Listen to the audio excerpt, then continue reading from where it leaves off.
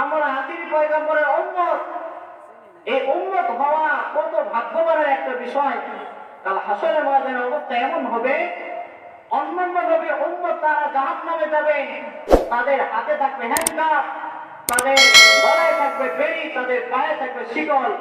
কিন্তু নবী বলেন অন্যান্য নবীর উম্মত তারা জাহান্নামে যাবে, তাদের হাতে থাকবে হ্যান্ডকাপ, তাদের গলায় থাকবে বেড়ি, তাদের পায়ে থাকবে বেড়ি, তাদের পায়ে থাকবে শিকল। ওই জাহান্নামী ব্যক্তিদের চেহারা হবে কালো। কিন্তু আমার উম্মতের অবস্থা কি হবে?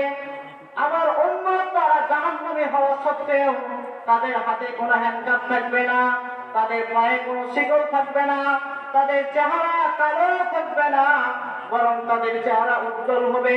ফেরেশতারা জিজ্ঞাসা করবেন, ও আল্লাহ, ও আল্লাহ, এই সকল বান্দা কারা? এদের পরিচয় কি? যাদের হাতে কোনো হ্যান্ডকাপ নেই, যাদের পায়ে কোনো শিকল নেই, যাদের চেহারা কালো না, যাদের চেহারা উজ্জ্বল। ও আল্লাহ, এই সকল বান্দার পরিচয় কি আমাদেরকে বলো।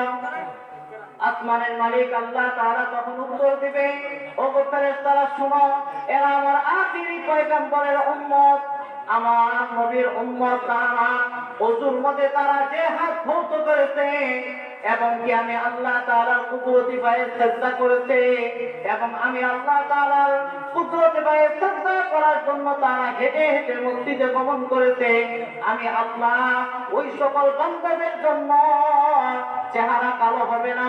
আমি আল্লাহ ওই উম্মতের যে উম্মত আমি আল্লাহ তাআলাকে সিজদা করেছে, যে চেহারার মাধ্যমে, যে কপালের মাধ্যমে আমি আল্লাহকে সিজদা করেছে, আমি আল্লাহ ওই সকল বান্দাদের চেহারা কখনো কালো করতে পারি না। সুবহান। এটাই উম্মতের একটা বৈশিষ্ট্য। যে এজন্য আমরা শুকরিয়া আদায় করি, আমরা আসি মাহফিলে আসি। এই পৃথিবীতে অনেক এমন রয়েছে যারা 5 ওয়াক্ত নামাজ আমরা আদায় করি, আল্লাহর ইবাদত গুলো আদায় করি, কিন্তু আমি আর আপনি আল্লাহর ইবাদত আদায় করার সত্ত্বেও আমি আর আপনি পিতা মাতার খেদমত করি না, পিতা মাতার সাথে সদাচরণ করি না। আবার অনেক বান্দা এমন রয়েছে যারা পিতা মাতার সাথে সদাচরণ করি, কিন্তু আসমানের মালিক আল্লাহ তাআলার গোলামি করি না। এমন বান্দা অনেক রয়েছে। যে এজন্য আসমানের মালিক আল্লাহ তাআলা ঘোষণা করে দেন, وَقَضَى رَبُّكَ أَلَّا تَعْبُدُوا إِلَّا إِيَّاهُ وَقَضَى رَبُّكَ أَلَّا تَعْبُدُوا إِلَّا إِيَّاهُ وَبِالْوَالِدَيْنِ إِحْسَانًا। আল্লাহ তাআলা কোরআনে কারীমের মধ্যে বলেন, আমি আল্লাহ তাআলা তোমাদের জন্য ফরজ করে দিয়েছি, আমি আল্লাহ তোমাদের জন্য ফরজ করে দিয়েছি, তোমরা একমাত্র আমি আল্লাহর ইবাদত করবে। আমি আল্লাহর ইবাদত ব্যতীত অন্য কারো ইবাদত করা তোমাদের জন্য জায়েজ হবে না। আল্লাহ তাআলা এরপরে বলতেছেন, ওয়াবিল ওয়ালিদাইনি ইহসানা। আমি আল্লাহ যেমন ভাবে আমার ইবাদত করাকে ফরজ করে দিয়েছি, আমি আল্লাহ তেমনি ভাবে পিতা মাতার সাথে সদাচরণ করা, তাদের সাথে ভালো আচরণ করাকেও আমি আল্লাহ তাআলা ফরজ করে দিয়েছি। সুবহানাল্লাহ। এখন কথা হচ্ছে, আমি আর আপনি আল্লাহর ইবাদত করব কোন পর্যন্ত? আল্লাহ তাআলা অন্য আয়াতে বলেন, ওয়া'বুদ রাব্বাকা হাত্তা ইয়াতিয়াকাল ইয়াকিন, ওয়া'বুদ রাব্বাকা হাত্তা ইয়াতিয়াকাল ইয়াকিন। আল্লাহ তাআলা বলেন, ও আমার বান্দারা, মৃত্যুর আগ পর্যন্ত তোমরা সদা সর্বদা, মৃত্যুর আগ পর্যন্ত তোমরা আমি আল্লাহর ইবাদত করবে। আল্লাহর ইবাদত যেমনি ভাবে মৃত্যুর আগ পর্যন্ত একটা বান্দা বান্দির উপরে জরুরি, এমনি ভাবে মৃত্যুর আগ পর্যন্ত পিতা মাতার সাথে সদাচরণ করা, পিতা মাতার সাথে ভালো আচরণ করা, পিতা মাতার সেবা করা, তাদের খেদমত করা মৃত্যুর আগ পর্যন্ত প্রত্যেকটা সন্তানের জন্য আল্লাহ তাআলা ফরজ করে দিয়েছেন। সুবহান। আল্লাহ তাআলার ইবাদত যতদিন পর্যন্ত আমি আর আপনি পৃথিবীতে থাকবো, আল্লাহ তাআলার ইবাদত আমাকে আপনাকে করতে হবে। এমনি ভাবে যতদিন এই পৃথিবীতে বাঁচা থাকবো, আমাকে আপনাকে আমাদের পিতা মাতার সাথে ভালো আচরণ করা, তাদের খেদমত করা, তাদের সেবা করা, এটা আল্লাহ তাআলা আমাদের জন্য ফরজ করে দিয়েছেন। সুবহানাল্লাহ। এজন্য তো হাদিসের মধ্যে এসেছে, আল্লাহ রাসূলের কাছে এক সাহাবী এসে বলতেছে, ইয়া রাসূলুল্লাহ, মা হাক্কুল ওয়ালিদাইন আলা ওয়ালাদি, ও নবী, সন্তানের কি হক, পিতামাতার কি হক সন্তানের উপর, সন্তান তার পিতামাতার সাথে কেমন আচরণ করবে, ও নবী আপনি বলে দিন। নবী এক কথায় বলে দিলেন, হুমা জান্নাতুকা ওয়া নারুকা। ও আমার সাহাবী, শুনে রাখো, তোমার পিতামাতাই তোমার জান্নাত, তোমার পিতামাতাই তোমার জাহান্নাম। সুতরাং তুমি যদি তোমার পিতামাতার সাথে ভালো আচরণ করো, তুমি যদি পিতামাতার খেদমত করো, তুমি যদি তাদেরকে খুশি করতে পারো, তাহলে তুমি জান্নাতি হবে। আর যদি তুমি তোমার পিতামাতাকে অসন্তুষ্ট করো, তোমার পিতামাতার খেদমত যদি না করতে পারো, আমি আল্লাহ তাআলা রাসূল বলতেছি, তোমার পিতামাতাই তোমার জন্য জাহান্নামের কারণ হয়ে যাবে। নাউযুবিল্লাহ। তাহলে আমরা বুঝতে পারলাম, পিতামাতা যদি আমাদের প্রতি খুশি থাকে, সন্তুষ্ট থাকে, তাহলে আমি আর আপনি জান্নাতে। রাসূল বলতেছেন, হুমা জান্নাতুকা ওয়া নারুকা, তোমার পিতামাতাই তোমার জান্নাত, তোমার পিতামাতাই তোমার জাহান্নাম। তো এজন্য পিতামাতার গুরুত্ব কত বেশি, তাহলে পিতামাতার গুরুত্ব কত বেশি। রাসূলের কাছে এক সাহাবী এসে বলতেছে, আমি আল্লাহর রাস্তায় যাব জিহাদ করতে। রাসূল বললেন, তোমার পিতামাতা আছে কি বাবা? সাহাবা বলল, হ্যাঁ। রাসূল বললেন, ফাজাহিদ ফীহিমা, যাও তুমি বাড়িতে যাও, পিতামাতার খেদমত করো, এখানেই তোমার জন্য রয়েছে জিহাদ। সুবহানাল্লাহ।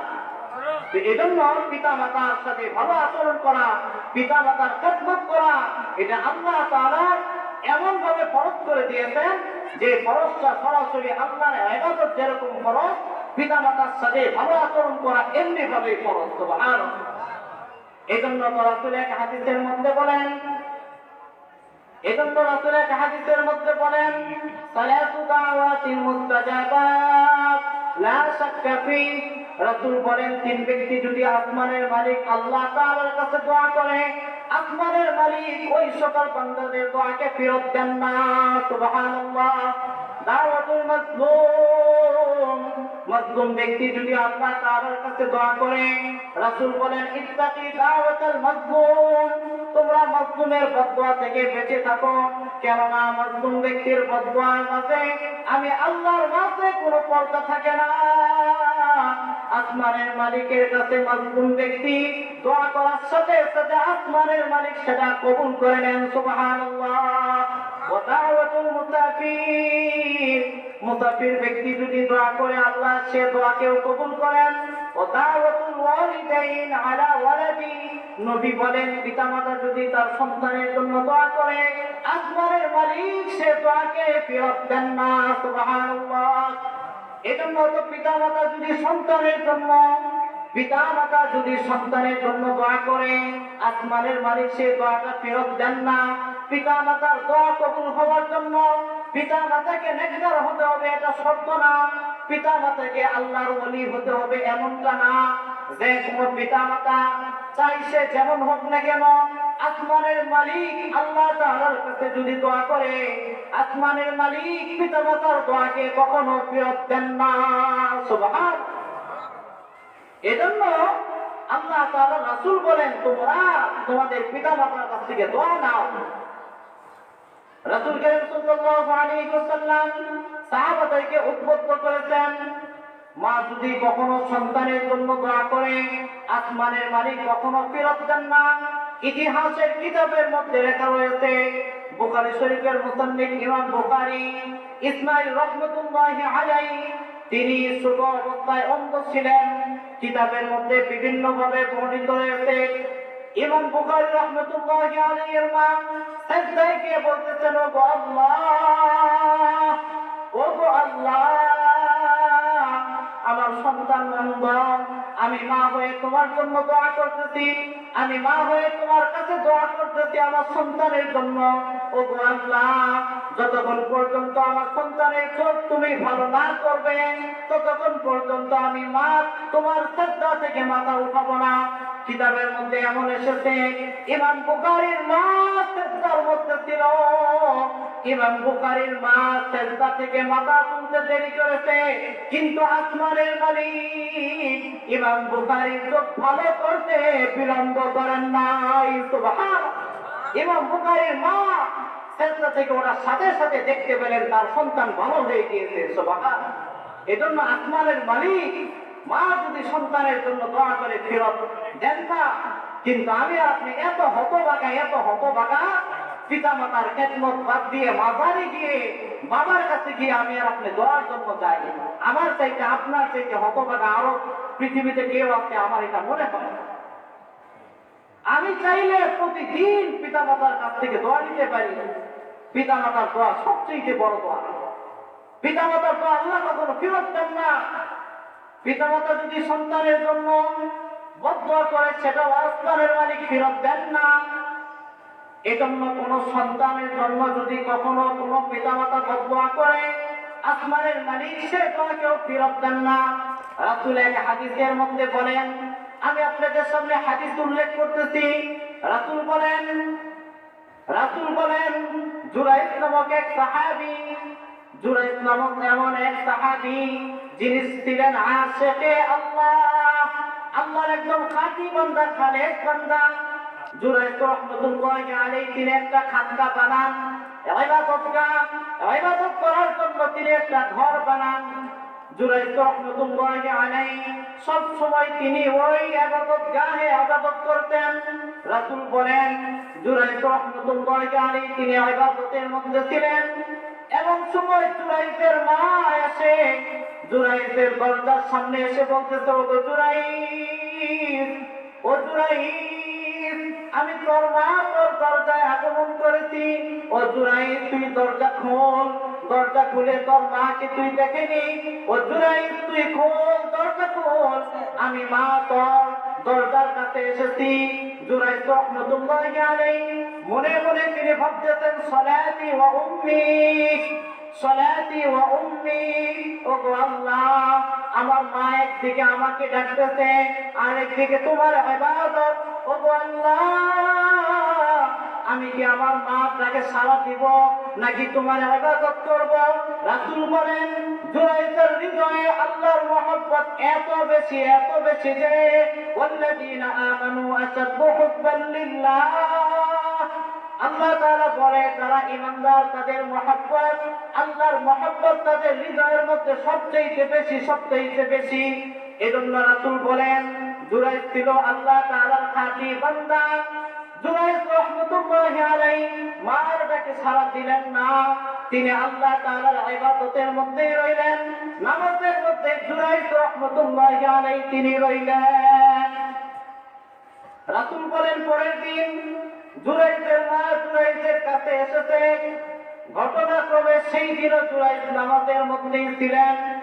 জুরাইজের মা বলতেছে, জুরাইজ, আমি তোর জন্মদাতা মা তোর দরবারে এসেছি।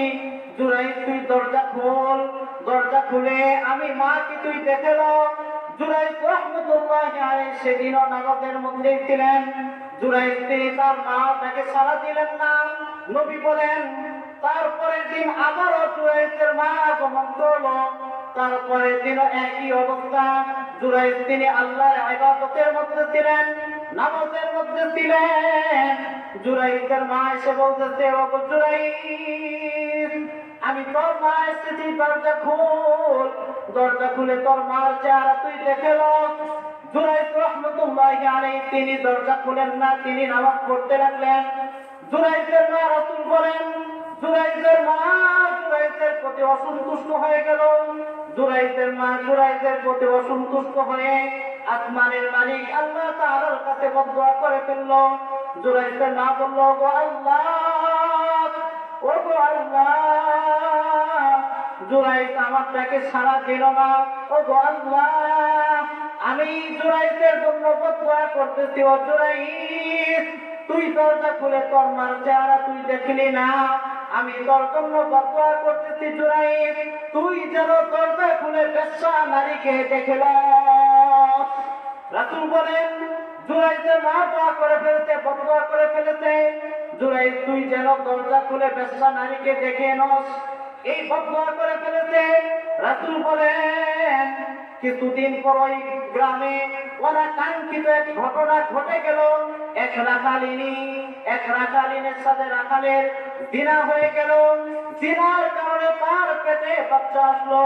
ওই বাচ্চা যখন পৃথিবীতে আগমন করলো, ওই জিনাকারিনী মহিলা, ওই বেশ্যা নারী সে বলতে লাগলো মানুষের কাছে, এই যে আমার কোলে সন্তান, এই সন্তানের পিতা হচ্ছে জুরাইদ, এই সন্তানের পিতা হচ্ছে জুরাইদ।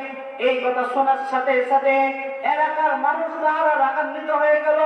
আরে জুরাইদ, তুমি তো রাতের অন্ধকারে জিনা করো, দিনের বেলায় তুমি খানকা শরীফে ইবাদত বন্দেগী করো, দরবেশি দেখাও, রাতের অন্ধকারে জিনা করো, আর সারাদিন আমাদের সামনে বড় আবেদ হিসাবে পরিচয় দাও।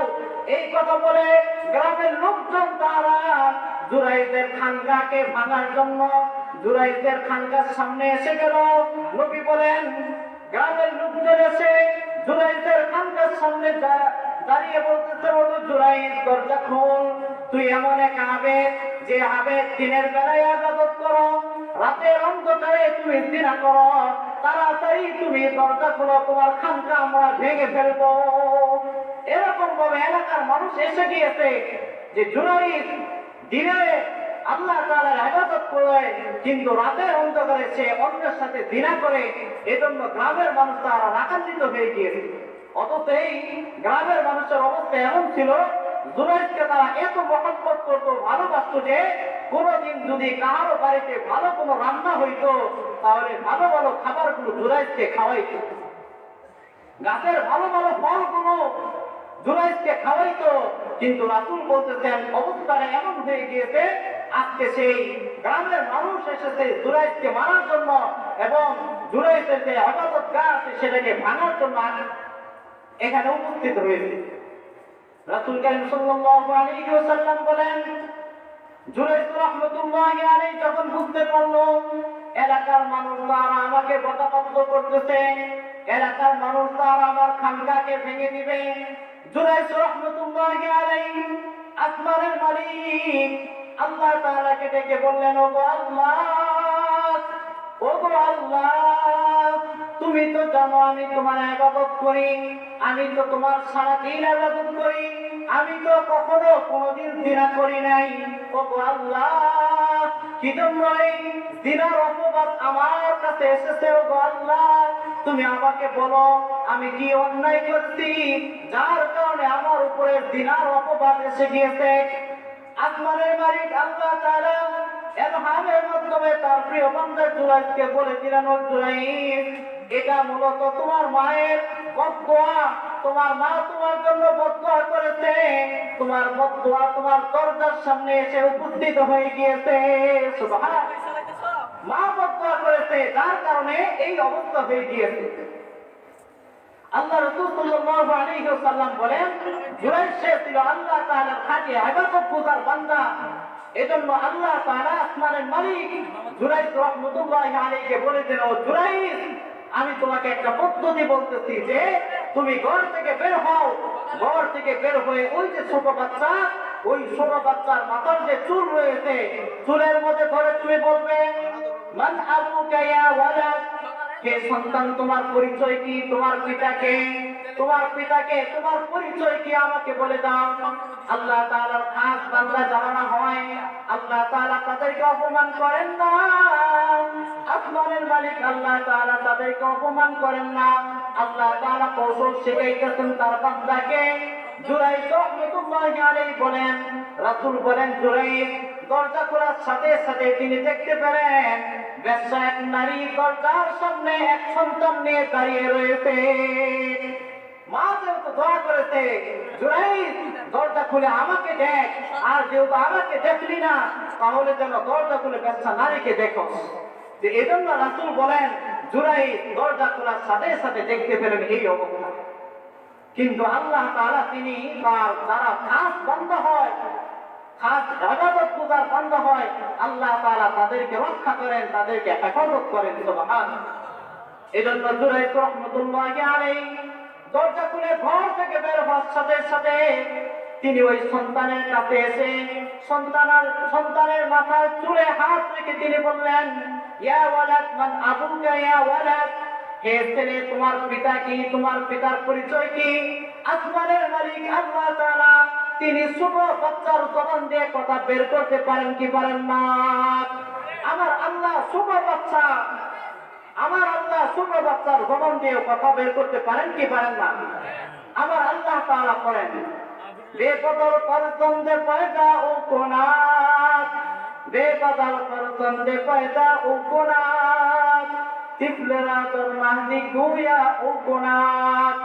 আমার আল্লাহ এমন এক সত্তা, আমার আল্লাহ এমন এক সত্তা, পিতা ছাড়া মানুষ এই দুনিয়াতে আনতে পারেন কি পারেন না?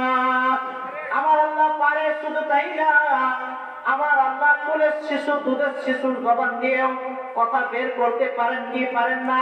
যেমন হযরতে মারইয়াম আলাইহিস সালাতু ওয়াস সালাম যখন তার সন্তান তথা ঈসা আলাইহিস সালাতু ওয়াস সালাম দুনিয়াতে আগমন করলেন, মারইয়াম আলাইহিস সালাতু ওয়াস সালাম সন্তানকে নিয়ে যখন তিনি আগমন করলেন এলাকার মানুষজন বলতে লাগলো, ও মারইয়াম, এই সন্তানের পরিচয় কি, সন্তান পেলে কোথায়? তখন মারইয়াম আলাইহিস সালাতু ওয়াস সালাম আল্লাহ তাআলার কাছে দোয়া করতে লাগলেন, ওগো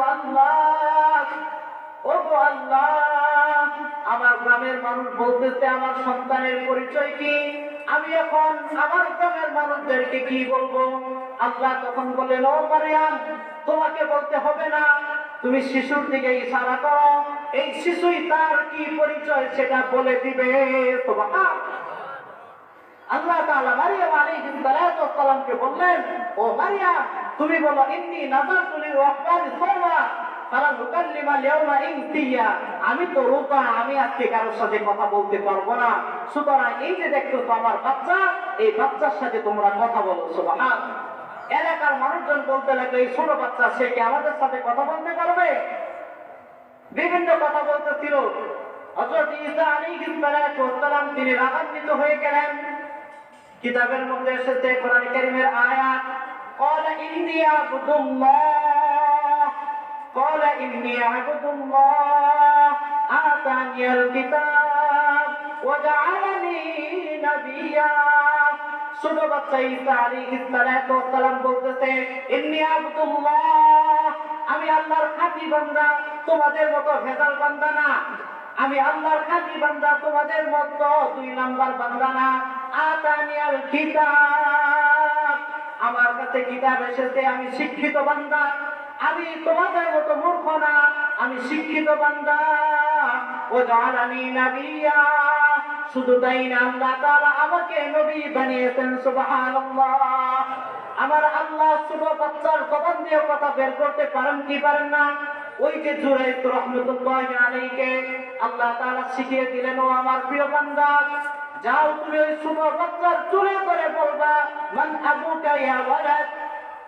জুরাইদ রাহমাতুল্লাহি আলাইহি যখন ওই ছোট বাচ্চাকে জিজ্ঞাসা করলেন, ওই ছোট বাচ্চা বলে দিল যে আমার জন্মদাতা পিতা হচ্ছে ওই রাখাল। সুবহানাল্লাহ।